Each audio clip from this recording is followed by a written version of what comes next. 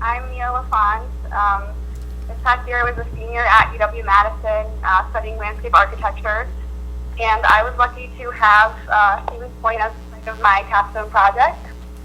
So thank you all so much for this chance to present to you guys tonight, and also just a big thank you for the opportunity to work on this project as a whole, especially to everybody who took the time to meet with me and just share their insight about the city. I learned a lot about landscape architecture in general, and I learned a lot about Stevens Point, obviously, which was really exciting. And so this was a 2-semester project, with the first semester kind of focused on research, and then the second semester focused on the design of the project.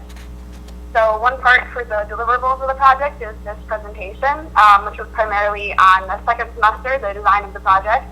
And we also had to create a document that goes along with this that goes into a lot more depth on these topics. So just getting right into the outline of the project, first I'll kind of just explain the goals and context, and then I'll briefly recap some inventory and analysis from last semester, and then I'll move into the master plan and then the site design. The site design area had kind of these 5 different topics that we had to focus on, so these will all kind of be mixed together in the site focus area part. Just a little bit about me. I'm from the Twin Cities area. I was pursuing the Environmental Studies certificate as well as the Bachelor of Science in Landscape Architecture. And some of my professional interests include urban design and public space. So the client for this project was obviously you guys, the city of Stevens Point, and then some other stakeholders were the Stevens Point Bicycle and Pedestrian Street Safety Commission and the community arts organization Create Portage County. So the primary issues of the project was the disconnection between the downtown and the riverfront. Navigating between these areas is currently challenging. And the second issue is the land use pattern in the downtown riverfront area, which included an excess of parking spaces and a private business, that Chase Bank, located on prime waterfront. So the goals of the project were to connect downtown to the riverfront. Other goals included improving safety and access for bikes and pedestrians, rethinking vehicle-oriented land use, strengthening the cultural identity of the city, and providing public social spaces. So here's just some context kind of for the site master plan within the city. It includes much of downtown and is located on the Wisconsin River. Now I'm just going to briefly recap some of the topics from last semester's research. These are things that you guys probably already know about your city, but they'll kind of just give you a look at kind of the things that I focused on. Starting with an overview of major features of the master plan area. One of them is the community park, Pisner Park, right next to the site focus area. Adjacent to the park is the city parking lot and brownfield area. And then the Main Street Historic District is also within the area of the master plan as well. And the Green Circle Trail goes along the waterfront through the site. And then finally, there are some major one-way roads which separate downtown from surrounding areas. And then just some history of downtown Stevens Point. The city got its start on this very site. The space along the waterfront was essential for logging uses and then railroading and other industrial uses, and these contributed to the separation of the river and Main Street that is still visible today. So now I'll just jump into the master plan part of the project.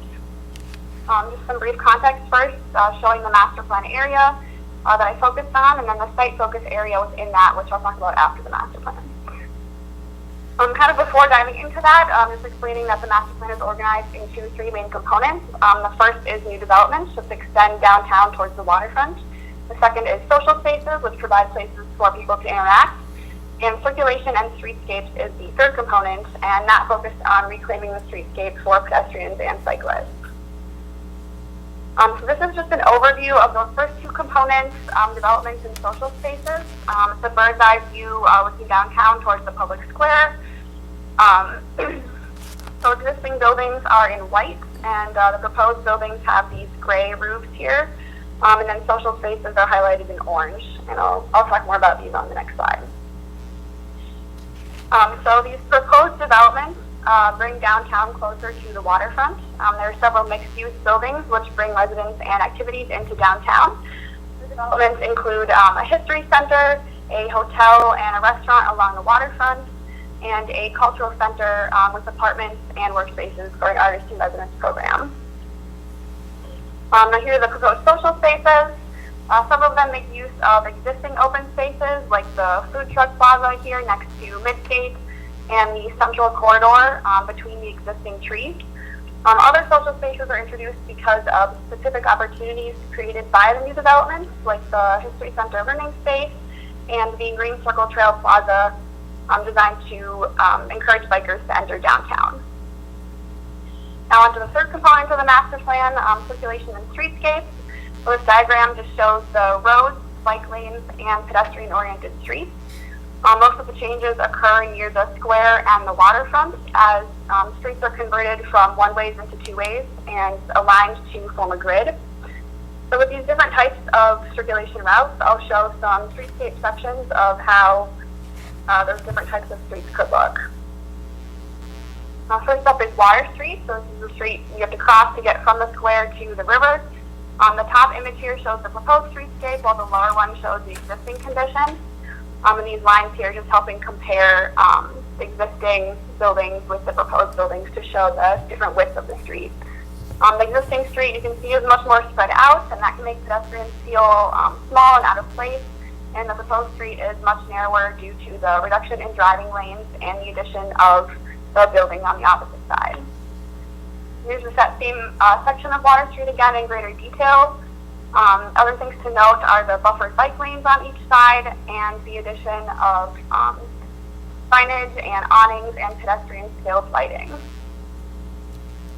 The next streetscape is for Clark Street. Currently Clark is a one-way and has several large parking lots that are right up against the sidewalk. So this proposes turning it into a two-way, and that still allowed for parallel parking on one side with a bi-directional bike lane on the other. The other main feature of this streetscape is new planting beds along the parking lot side, which would help manage stormwater runoff from the parking lot surfaces. The final streetscape is Union Street. That connects a residential neighborhood to downtown.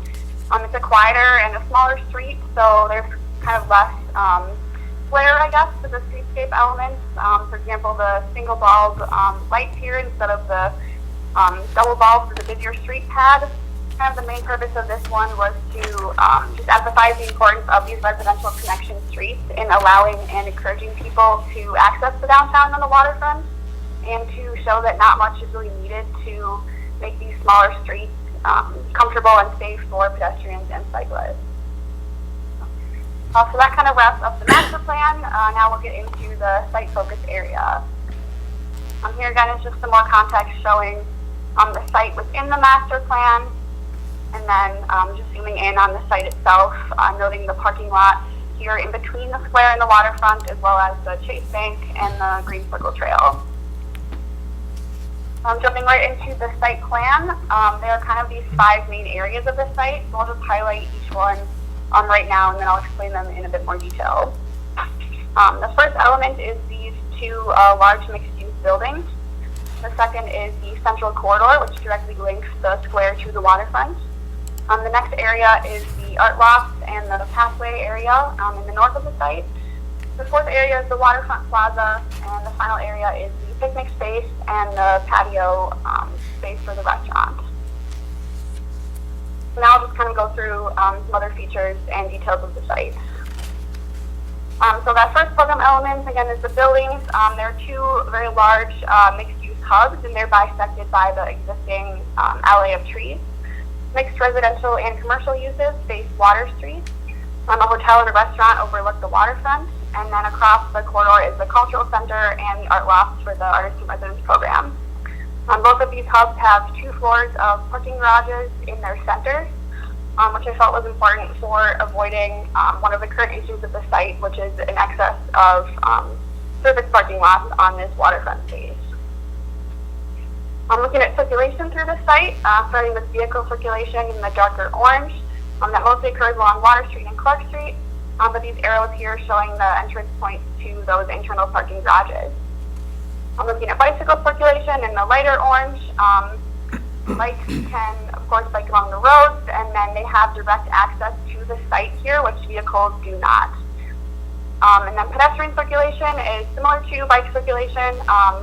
It's kind of more paths stemming away from that central corridor leading to other areas of the site, and then noting the entrances to the buildings as well. The second major area of the design is the central corridor. It's an extension of Main Street, and it provides direct logical access from the square to the riverfront. It contains many different streetscape elements and social spaces. So I'll start off talking about the entrance kind of area here, and then I'll point out some of these other features. This entry sign and planter is the first thing that you would see when you're crossing Water Street and heading towards the river. It acts as a focal point and a meeting space for people arriving at the site. And it identifies the area as Stevens Point's Riverfront District, which aids in placemaking by giving the area an identity and solidifying it as a specific destination within the city. The sign features pieces of wood that are sandwiched between two custom-cut weathered steel panels, and the wood and the weathered steel are alluding to Stevens Point's history with logging and industrial uses. And this is just that construction detail for that sign, just calling out the different materials and noting how everything would be attached, and then also specifying that the wood pieces, if possible, would be made from trees on the site that might need to be cut down for this project.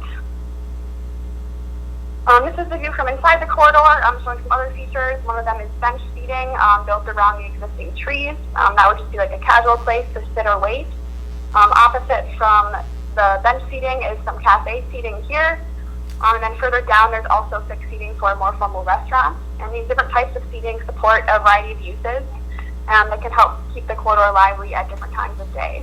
There's also some central planters acting as a focal point in the center of the corridor. And you can see the lampposts as well, which are contrasting from the more traditional historical lampposts in the public square area.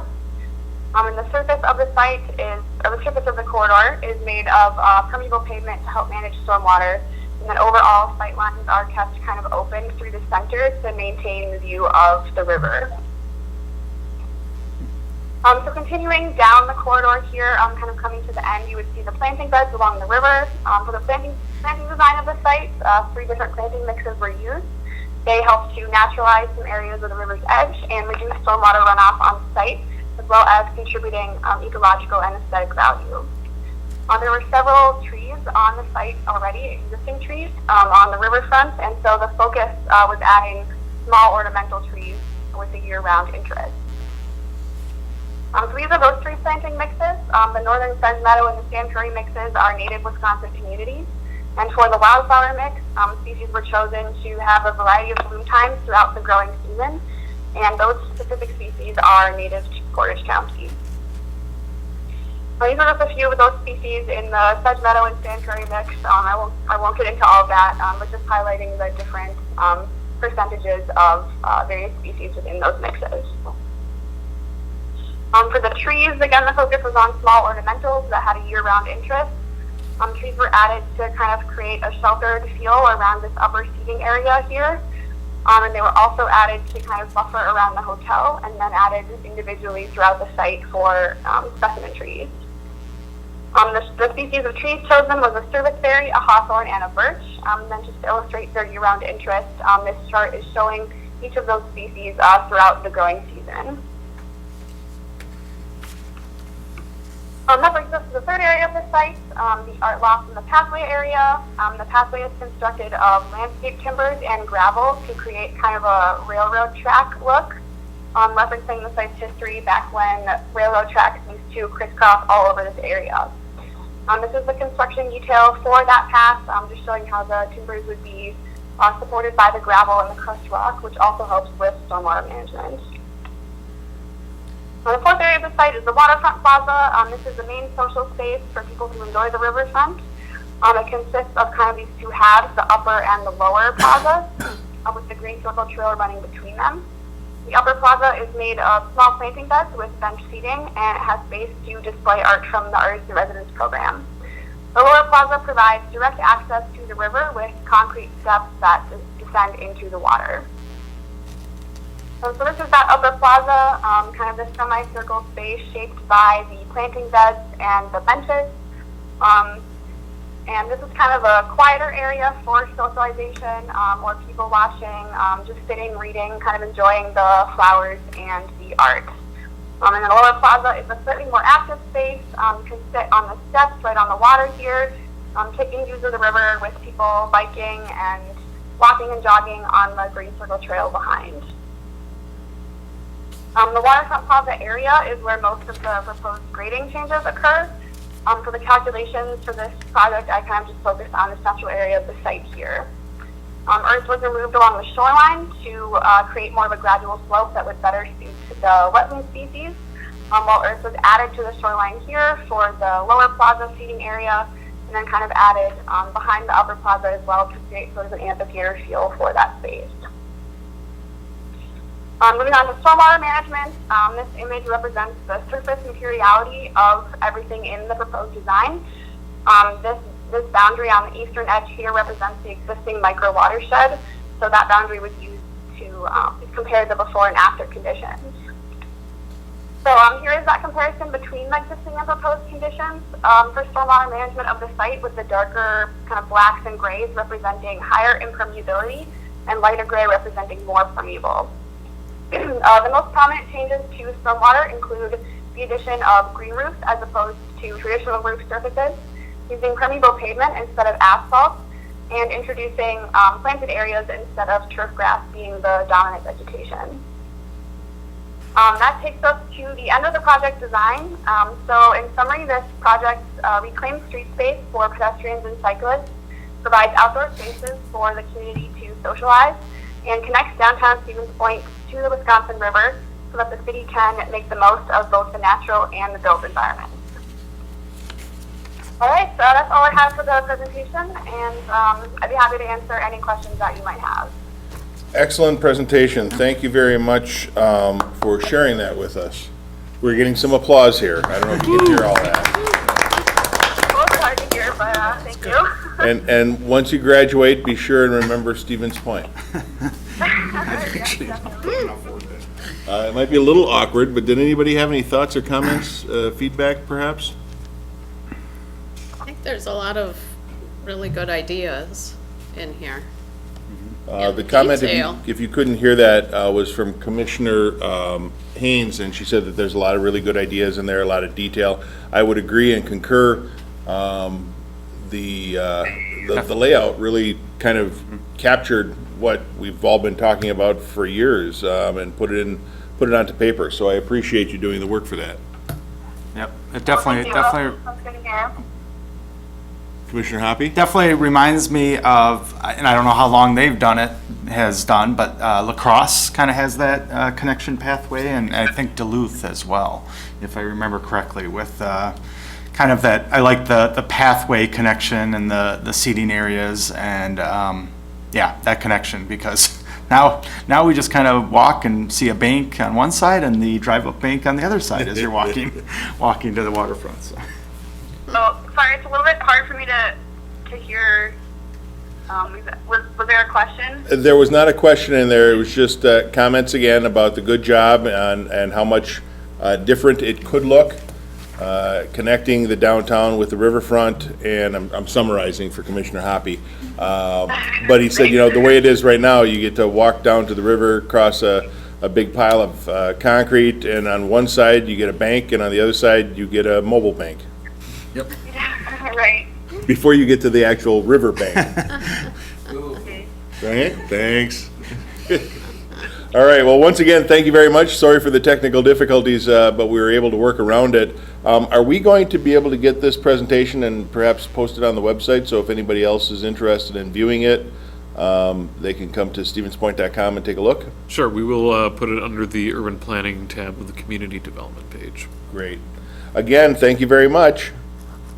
Yeah, thank you so much for this opportunity. It was really great. Good luck. See ya. All right, bye everyone.